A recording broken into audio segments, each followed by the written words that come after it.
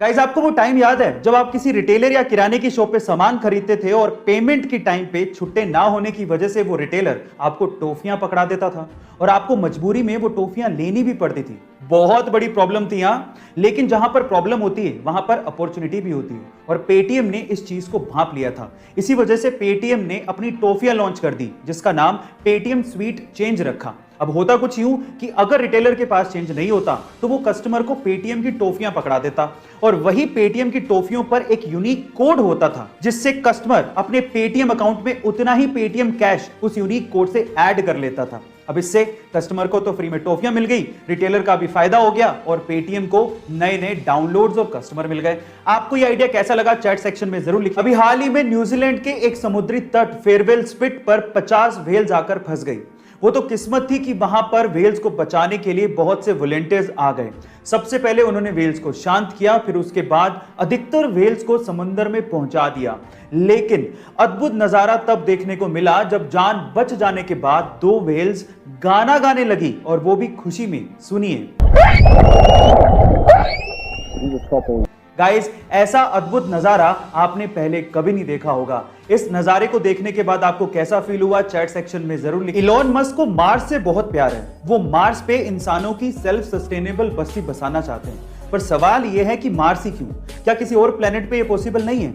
तो इस पे इलॉन मस्क ये कहते हैं कि हमारे सोलर सिस्टम पे हमारे पास ऑप्शंस ही क्या हैं। मरकरी सन के बहुत पास है जिस पे बहुत ज्यादा गर्मी पड़ती है जो हम सहन नहीं कर सकते। वीनस जिस पे एसिड की बारिश होती है। जुपिटर एंड सैटर्न जो कि गैसेस प्लेनेट है, अगर खड़े होंगे तो जमीन ही धंस जाएगी। हाँ, सैटर्न के मून टाइटन पे पॉसिबिलिटी है, लेकिन वो हमसे बहुत दूर है। अर्थ का मून, इस पे वायुमंडल ही नहीं है, तो ले देके हमारे पास सबसे अच्छा ऑप्शन मार्स ही है। गाइस, इसीलिए एलॉन मस्क मार्स पे इंसानों की बस्ती बसाना चाहते। एरिया 51, इस रहस्यमय जगह के बारे में तो आपने जरूर सुना होगा। यूएस की ये जगह एलियंस और यूएफओ जैसी मिस्टीरियस चीजों के लिए फेमस है। लेकिन क्या आपको पता है कि एरिया 51 जैसी जगह इंडिया में भी है? जी हाँ गाइस, आप ठीक सुन रहे हैं। इंडिया चाइना बॉर्डर पे एक डिस्प्यूटेड एरिया है जहां पर किसी भी आम आदमी को जाने की इजाजत नहीं है। वहां पर यूएफओ को देखे जाने की बात लगातार कही जाती रही है।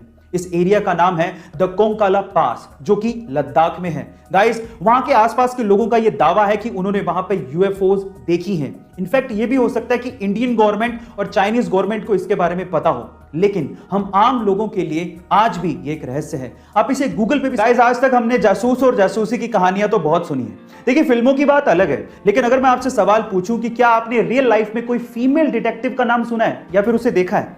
चलिए, आज इस वीडियो में मैं आप लोगों को इंडिया की पहली फीमेल डिटेक्टिव के बारे में बताता हूं।